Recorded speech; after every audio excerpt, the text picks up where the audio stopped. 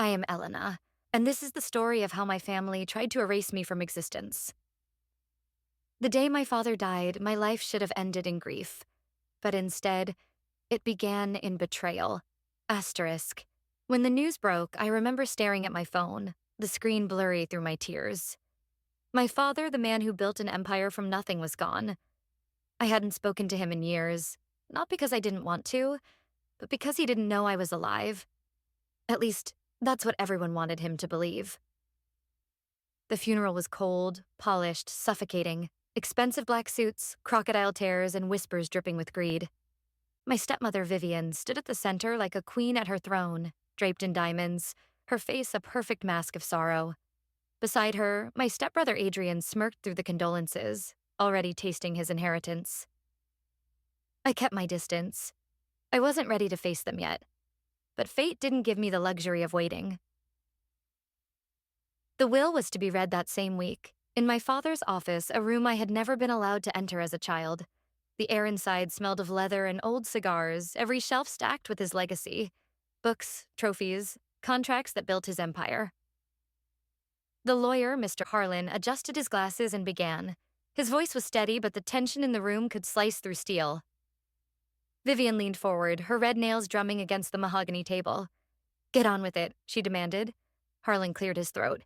"To my beloved wife, Vivian, I leave nothing." The gasp that erupted from her lips was so sharp it made my skin prickle. Adrian's jaw clenched, his smug smile vanishing. Harlan continued, his tone unwavering. "To my son, Adrian, nothing." The silence that followed was unbearable. I could hear Vivian's teeth grinding. She turned to Adrian, her face pale with rage. "Everything," Harlan said finally, "goes to my rightful heir." The words hung in the air like a thunderclap. Eyes darted across the room. Whispers erupted. Adrian shot to his feet, slamming his fist onto the table. "This is a lie," he barked. "Father would never." But Harlan raised a hand. "The instructions are clear. There is a sealed envelope. Inside is the name of the heir." Every nerve in my body ignited. My throat went dry. I already knew. Somehow, deep inside, I knew who it would be. Vivian's face twisted with fury. "This is ridiculous," she spat. "There is no other heir. Adrian is the only child." But she was wrong. Dead wrong. Harlan placed the sealed envelope on the table. My heart hammered so loudly I thought the entire room could hear it. The white paper looked ordinary, but it held the truth that would burn their perfect little world to the ground. Adrian lunged for it, but Harlan pulled it back. "It will be opened properly," he said. Vivian stood, her voice a venomous hiss. "There is no heir. This will is forged. Do you hear me? Forged." But her panic gave her away. Because deep in her eyes, I saw the flicker of fear. The kind of fear that comes only when a secret you've buried for decades claws its way back to the surface. I clenched my fists under the table, forcing myself to stay calm. She thought I was gone. She thought I was erased. She thought I would never stand in this room again. But I was here, alive, watching. And soon, she would know exactly who I was. Harlan's hand hovered over the envelope. The room fell silent, every breath heavy with anticipation. The truth was, seconds away from exploding the truth, that I, Elena, the daughter they said had died, was about to reclaim everything. But none of us were prepared for what happened next. Because just as Harlan began to break the seal, the lights flickered, the doors burst open, and a shadow stepped inside. A shadow that would change everything. For years, I believed I was nobody, just another face in the crowd. But the truth? I was stolen. Stolen from my father, stolen from my life. And the thief was the woman who sat at his funeral pretending to grieve. Asterisk. When I was a child, I never understood why I didn't belong. Families had photos, baby albums, birthday parties, stories of their first steps. Me? I had silence. A hole in my history. Whenever I asked about my parents, I was told the same cold lie. They didn't want you. I grew up in a foster home run by a woman who treated me like cheap labor. My clothes were hand-me-downs, my meal scraps, my nights filled with loneliness. I used to press my ear against the window when cars passed, imagining one day someone would stop, get out, and say the words I longed to hear. "We've been looking for you." But no one came. I learned to survive without love, to build walls so high no one could climb them. And by the time I turned 18, I walked out of that foster house with nothing but a duffel bag and a determination that I would never be powerless again. Years later, I clawed my way into the corporate world. I started at the bottom, an assistant in a massive company that felt larger than life. Every day I walked those marble halls, surrounded by wealth, power, and influence. I never knew the cruel irony of it that the company I served was the empire built by my father, the empire that should have been mine. But destiny has a way of circling back. One night, long after everyone had gone home, I was organizing files in the archive room. My hands brushed over a dusty folder tucked behind stacks of financial reports. The label was faded, but one word caught my eye: deceased. Curiosity tugged at me. I pulled it out, heart racing as I flipped it open. Inside was a birth certificate. My birth certificate. Name: Elena Marlowe. Status: deceased. My breath caught in my throat. How could this be? I was standing there alive, and yet on paper I didn't exist. There was more hospital records, witness signatures, a forged death certificate, all declaring that I had died minutes after birth. Every page screamed the same impossible truth. Someone had erased me. At the bottom of the file, in bold letters, was the name of the woman who signed the report. Vivian Marlowe. My stepmother. The pieces started to click. The stares, the whispers, the way she froze when she first saw me at the funeral. She had known all along. She wasn't shocked by my existence, she was terrified of it. I sank to the floor, the weight of the truth crushing me. My entire life, the loneliness, the pain, the nights I cried myself to sleep wasn't an accident. It was designed. She had stolen me from my father. She had faked my death. She had thrown me away like garbage, just so her precious Adrian could be the only heir. My blood boiled. For the first time in years, I let myself cry, but these weren't the tears of a powerless girl. They were the silent sobs of a woman reborn in rage. And in that moment, I made myself a promise.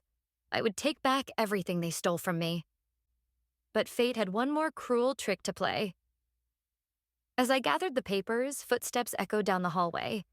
Panic surged. I shoved the folder under my jacket and pressed myself against the shelves. Two voices entered the room. One of them was Adrian. "She's dangerous," he muttered. "If she's really the heir, we're finished." The second voice chilled me to my core. Vivian.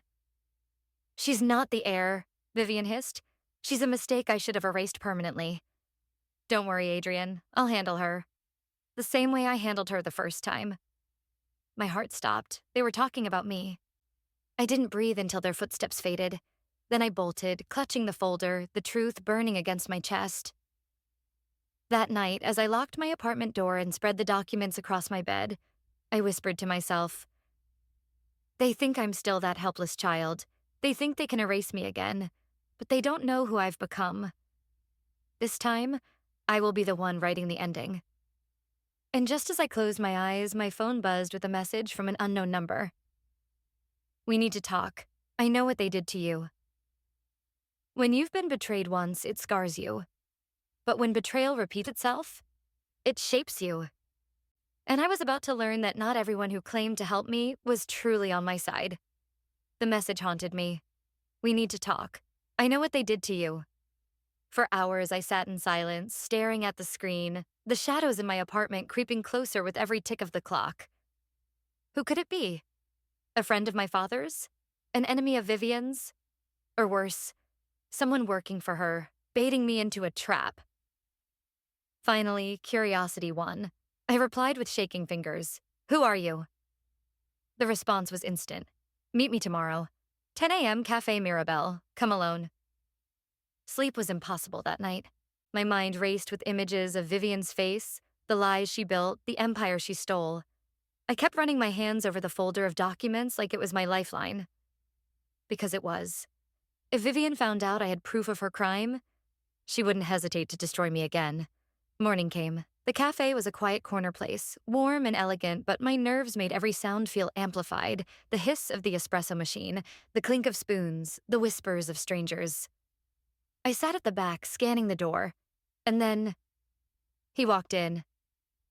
Tall, mid-40s, sharp suit, eyes that carried both kindness and calculation. He slid into the chair across from me and spoke softly. "You don't know me, Elena, but I knew your father." My breath caught. "Who are you?" "My name is Marcus Hale. I was your father's business partner, and I've been waiting for this moment for a very long time." His words poured out like water over fire. He told me how my father always suspected something about Vivian, how he noticed inconsistencies, missing money, hidden contracts. But every time he got close, Vivian managed to twist the truth until finally he trusted the wrong people. "Your father was going to change the will years ago," Marcus said.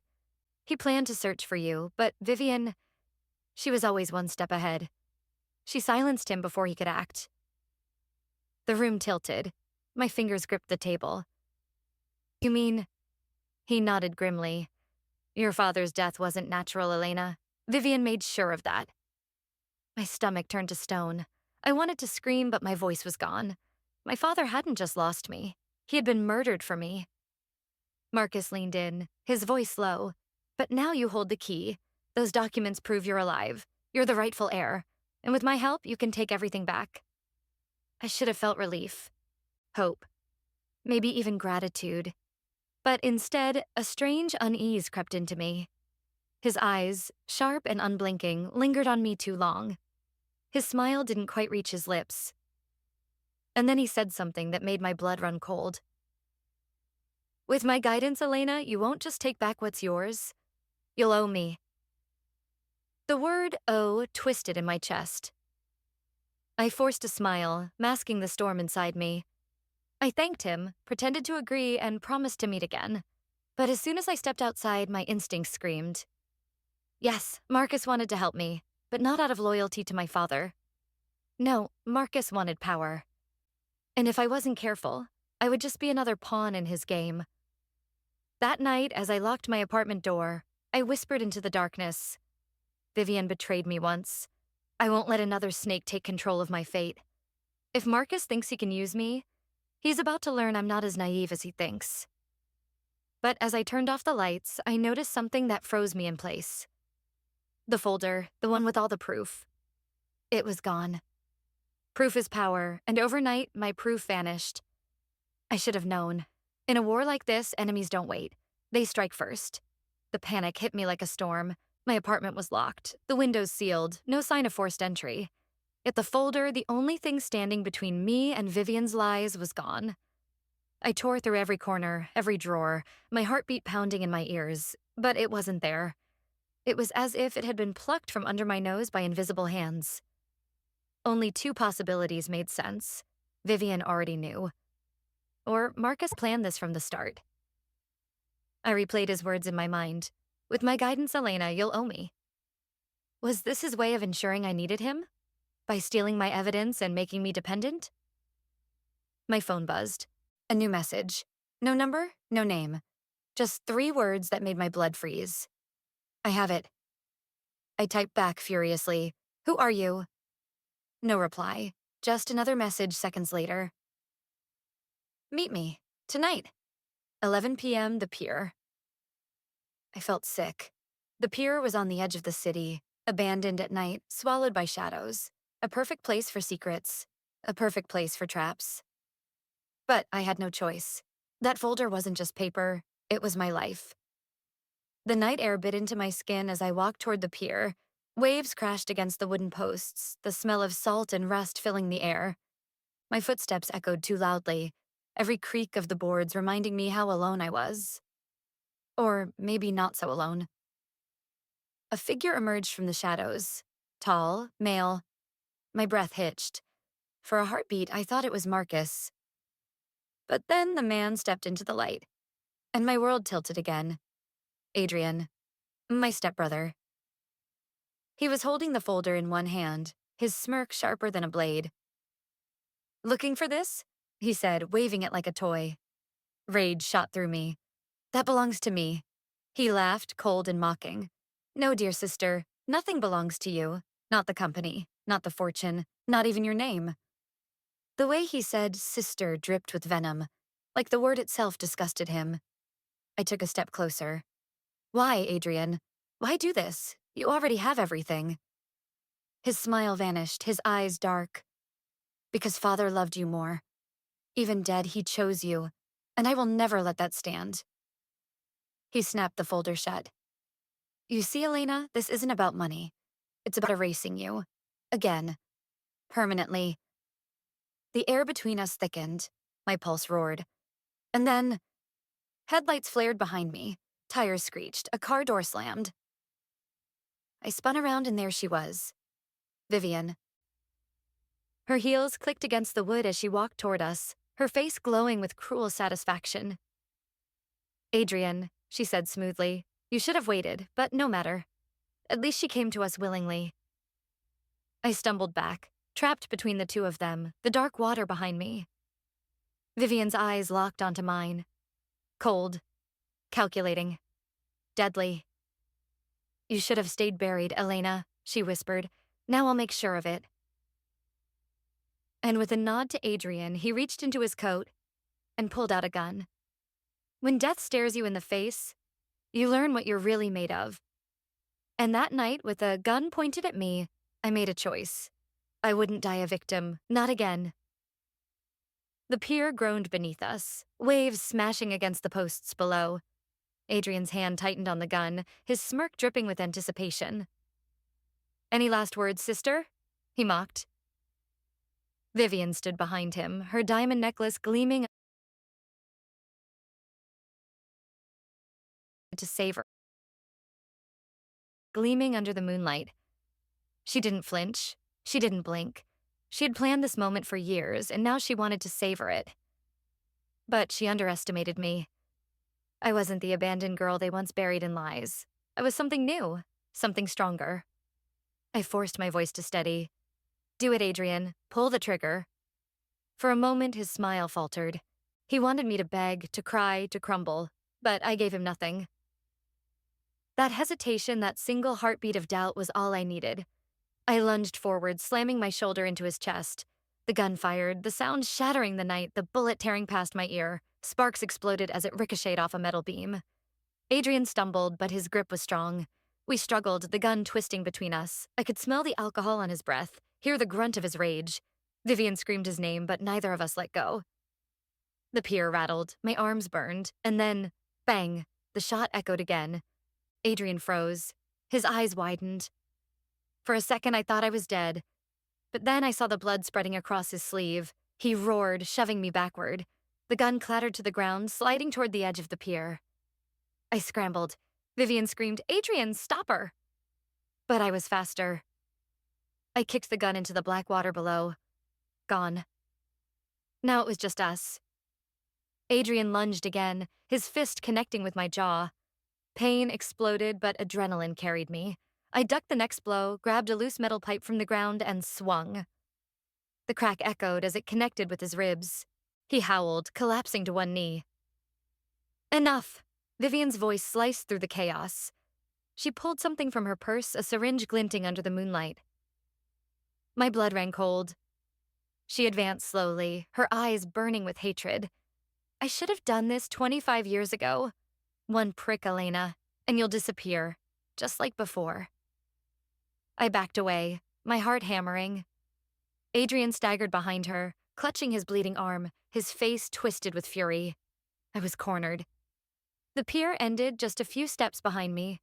One wrong move and the ocean would swallow me whole. Vivian smiled. Say goodbye, dear.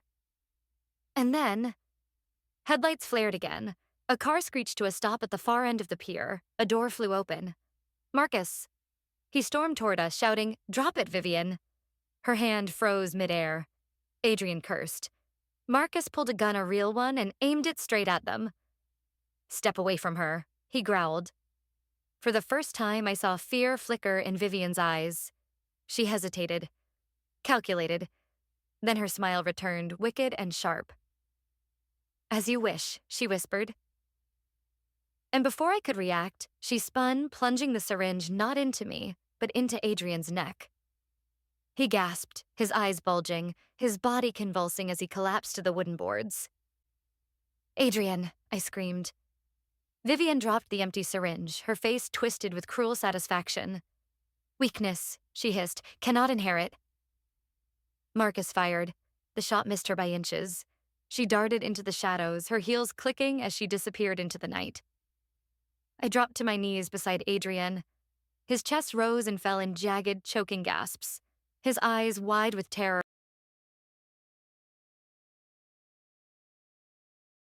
locked onto mine. And in that final moment, my brother, my enemy, whispered one word: "Run." Some wars are fought with guns, others with patience, lies, and the right allies. But in my war against Vivian, I wasn't sure if my new ally was a savior or just another wolf in disguise. Adrian's lifeless eyes haunted me. His final word run still echoed as Marcus dragged me away from the pier. We left him behind, swallowed by the night, while Vivian disappeared like smoke. The ride back was silent except for the hum of Marcus's engine. His jaw was tight, his eyes fixed on the road. I wanted to scream, to demand answers, but shock pinned my voice down. When we reached his penthouse, the dam finally broke. "You knew," I snapped. "You knew Vivian would come for me. You set me up." He didn't flinch. He poured himself a glass of whiskey, calm as ice. "I saved your life, Elena. Don't confuse strategy with betrayal." "Strategy," I spat. "My brother is dead, and my father—" My voice cracked. "My father was murdered because of her. And you're still playing games." Marcus leaned closer, his voice low, deliberate. "Vivian is untouchable. Money, lawyers, loyal men who'd kill for her. If you want revenge, screaming won't work. You need someone who knows her weaknesses." His eyes locked on mine, burning with intensity. "You need me." I hated him in that moment, hated how calm he was while my world burned. But beneath my rage, I knew he was right. Alone, I was nothing. With him, I had a chance. I clenched my fists. "Fine, but this is my war. You follow my lead." For the first time, Marcus smiled. It wasn't kind, it was sharp, dangerous. "Then we begin tonight." The next weeks were a blur of shadows and whispers. Marcus taught me things I never imagined. How to track hidden accounts, how to manipulate boardroom allies, how to plant seeds of doubt in Vivian's empire. We became ghosts, haunting her from the inside. Every night, another piece of her kingdom cracked. A corrupted lawyer exposed, a hidden bribe uncovered, a business partner turning against her. But revenge is a double-edged sword. The more I learned, the more I saw Marcus's hunger. He didn't just want to destroy Vivian. He wanted to take her throne. One evening, as we studied documents in his office, he said something that chilled me. "When this is over, Elena, you'll have power beyond imagination. Enough to crush anyone, even me." The way he said it, half a warning, half a challenge, set alarms ringing in my mind. He wasn't just preparing me to fight Vivian. He was shaping me into something darker. Was I still fighting for justice, or becoming the monster I hated? But I didn't have time to dwell. Because that night, as I returned to my apartment, I found my door ajar. My chest tightened. Slowly, I pushed it open. The lights were off. The air was thick. And then I saw it sprawled across my bed. A single red rose. And beneath it, a photo of me at the pier, struggling with Adrian, the gun in his hand. On the back, written in sharp ink, "Murderer." A bullet can kill you once, but a lie, it kills you every day it's believed. And Vivian knew lies better than anyone. The photo burned in my hands, my face twisted in panic, frozen mid-struggle with Adrian on the pier. To anyone else, it looked like I was the one holding the gun. My stomach turned. Vivian wasn't just hunting me in the shadows anymore. She was rewriting the story, painting me as the monster. The next morning confirmed it. The news exploded. Heiress murder suspect emerges. Elena Marlowe, the forgotten daughter or the killer's sister. My face was everywhere, on screens, in headlines, in whispers on the street. Reporters camped outside my building, their cameras flashing like gunfire. And the worst part? The police issued a warrant. For me. Vivian's trap had snapped shut. Marcus paced the length of his penthouse, fury in his eyes. She's smart. Too smart. She doesn't just want you dead, Elena. She wants you erased publicly. A murderer can't inherit an empire. I pressed my trembling hands against the window, staring at the city below. What do we do? He turned, his voice sharp. We fight fire with fire. If she controls the narrative, we take it back. We leak her secrets, her forged signatures, her offshore accounts, her bloody hands. I wanted to believe him, but fear clawed at me.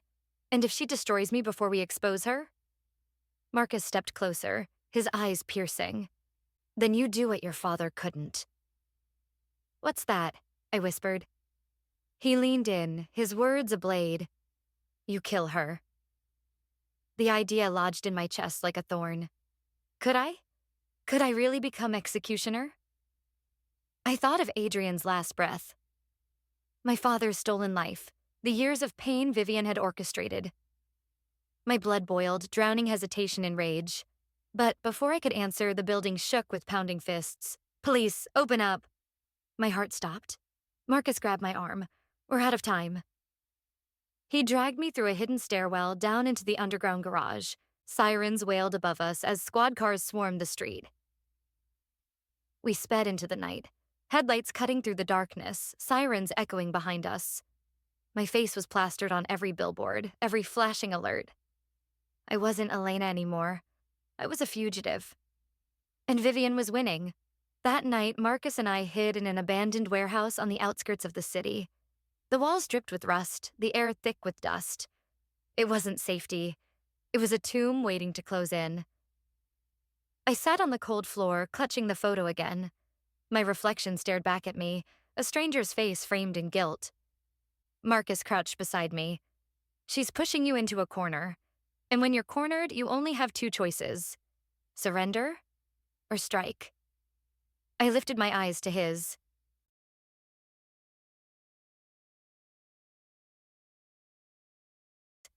And if I strike? His lips curved into a dangerous smile. Then you don't just win, Elena. You become untouchable. But as his words sank in, a chilling thought crept through me. Maybe Marcus didn't just want Vivian gone. Maybe he wanted me to become her. And as if fate wanted to answer my doubts, my phone buzzed again. A new message. No name, no number.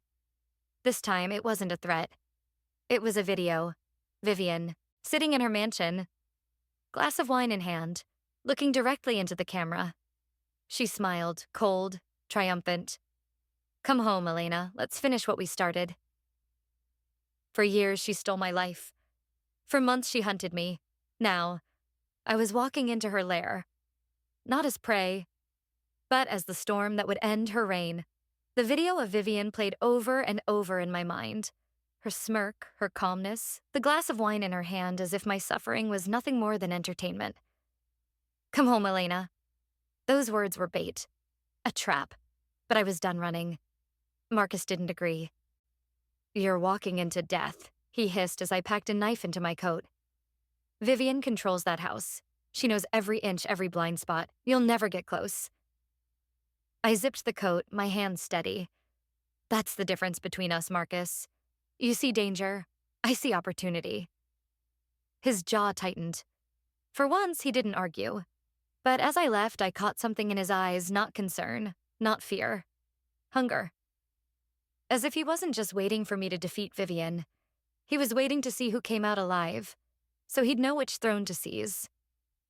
The Marlowe mansion loomed like a fortress at the edge of the city, its iron gates yawning open as if welcoming me to my own execution. Inside, the air was heavy with perfume and decay. The chandeliers glimmered, the marble floors gleamed, but beneath the luxury was rot. It wasn't a home. It was a stage for Vivian's cruelty. And there she was. Sitting on the velvet sofa, wine in hand, draped in silk, a queen in her castle.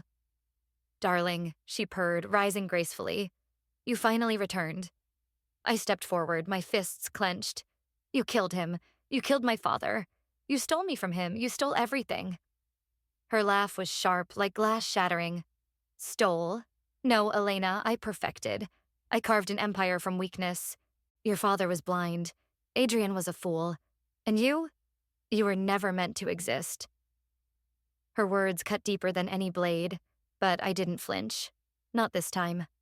Then why am I still standing? I whispered. For the first time, her smile faltered. The sound of footsteps echoed from the staircase. I turned and my stomach dropped. Men in black suits, armed, flanking the hall. Vivian's guards. She raised her glass toward me. Did you really think I'd let you walk in here alone and live? No, my dear. Tonight, the world ends your story. The guards closed in. My pulse thundered. The knife in my coat felt like a child's toy against their guns. But then a shot rang out. One of the guards collapsed. Another shot, and another. Chaos erupted as men fell, shouting, scrambling. And from the shadows of the doorway, Marcus stepped in, gun blazing. Did you really think I'd let you walk in here alone? He growled. Smoke filled the room. Vivian shrieked, overturning her glass, crimson wine splattering across the marble like blood. I dove behind a pillar as bullets ripped through the air. The mansion, once a shrine to her power, became a battlefield. Marcus grabbed my arm, pulling me toward the stairs. We finish this now.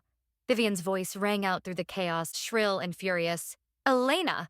If you want revenge, you'll have to kill me yourself.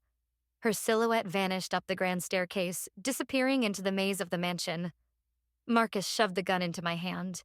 His eyes blazed. Go. My grip tightened on the weapon. My breath came in fire.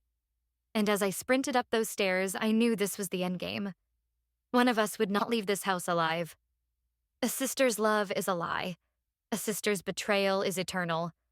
And tonight, only one Marlowe sister will breathe when the sun rises. The grand staircase groaned beneath my feet as I climbed, my pulse louder than the gunshots fading below. The air was thick with smoke, perfume, and fear. Vivian was waiting. At the top, the corridor stretched long and narrow, lined with portraits of my father, his painted eyes watching, silently demanding justice. And there she was. Vivian stood in front of his portrait, her silk gown smeared with wine, her diamond necklace glittering like a blade. In her hand, a pistol. Steady, aimed at me. Put it down, Elena, she said, her voice calm, almost tender. This isn't you. You're not a killer. I raised my gun, hands trembling but firm. You made me one. Her smile curved like a dagger. No, dear, I made you strong. Don't you see? We are the same. I lied, I killed, I clawed my way to the top. And you? You survived me. That makes you my equal. My mirror. Her words slithered into me like poison. For a heartbeat, I saw it myself becoming her. Blood on my hands, empire in my grip. But then I saw Adrian's face. My father's lifeless body. The years I lost, stolen by the woman before me. No, I whispered, my voice breaking into steel. I'm nothing like you. Her eyes hardened. Then you die like him. The gunshot cracked. Pain seared my arm as her bullet grazed me. I fired back, shattering the glass cabinet beside her. Shards rained like diamonds as we circled each other. Predator and prey, sister against sister. Vivian lunged, slamming into me. We crashed into the portrait, my father's painted face splitting down the middle. Her hands wrapped around my throat, nails digging in. You were a mistake, she hissed. I should have drowned you at birth. The world blurred, my lungs screaming for air. My fingers fumbled, clawing at my coat the knife. With the last of my strength, I drove it upward. Her scream ripped through the hall as the blade sank into her side. She staggered back, eyes wide with disbelief, crimson spreading across her silk gown. I staggered to my feet, blood dripping from my arm, my breath ragged. My gun lay on the floor between us. Both of us lunged. The marble echoed with the scrape of our hands, the struggle, the desperate fight for the weapon. And then silence. I stood. Vivian lay beneath me, the gun pressed to her chest. Her lips trembled, her eyes wide. Elena, don't, she whispered. For the first time, she sounded human, fragile, afraid. Tears stung my eyes, but my rage burned hotter. You took everything from me, I said, my voice steady. This is justice. I pulled the trigger. The shot thundered through the hall. Vivian's body fell still, her eyes frozen in shock. The Empress of Lies. Silenced. Marcus appeared at the top of the stairs, his gun smoking, his face unreadable. He looked at Vivian's body, then at me. You did it, he said softly. I stared at my hand stained with her blood, shaking with fury and relief. Yes, I whispered, it's over. But as Marcus stepped closer, I saw it. That hunger in his eyes, the same hunger Vivian had. Maybe the battle wasn't over. Maybe I had killed one monster, only to awaken another. I walked out of the Marlowe mansion as dawn broke, bloodied and broken but alive. The Empire was mine now. But I knew the truth. Revenge doesn't end. It only changes its name. And I had just become the next one to carry it.